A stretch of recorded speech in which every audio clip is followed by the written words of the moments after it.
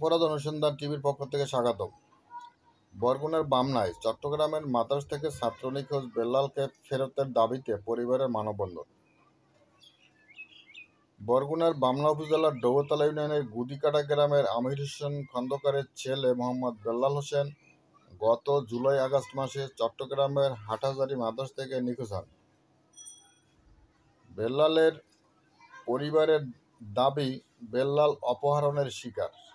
নিখোঁজের খোঁজে ও প্রশাসনের হস্তক্ষেপের দাবিতে আজ সোমবার সকাল 11 ঘটিকার সময় ডৌতলা বাজারের মূল সড়কে ওয়াজিদ আলী খান ডিগ্রি কলেজের সামনে ঘণ্টাব্যাপী মানববন্ধন করেছেন এলাকাবাসী।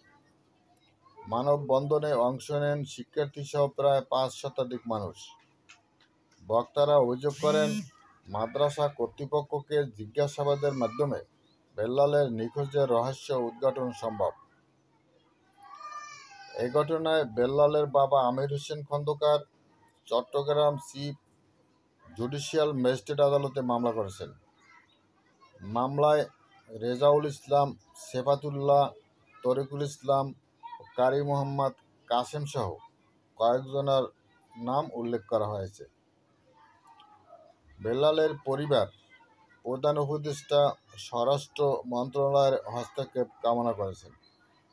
বরগুনা থেকে পাঠানো সোহরাব হোসেনের ভিডিও তথ্যচিত্রে।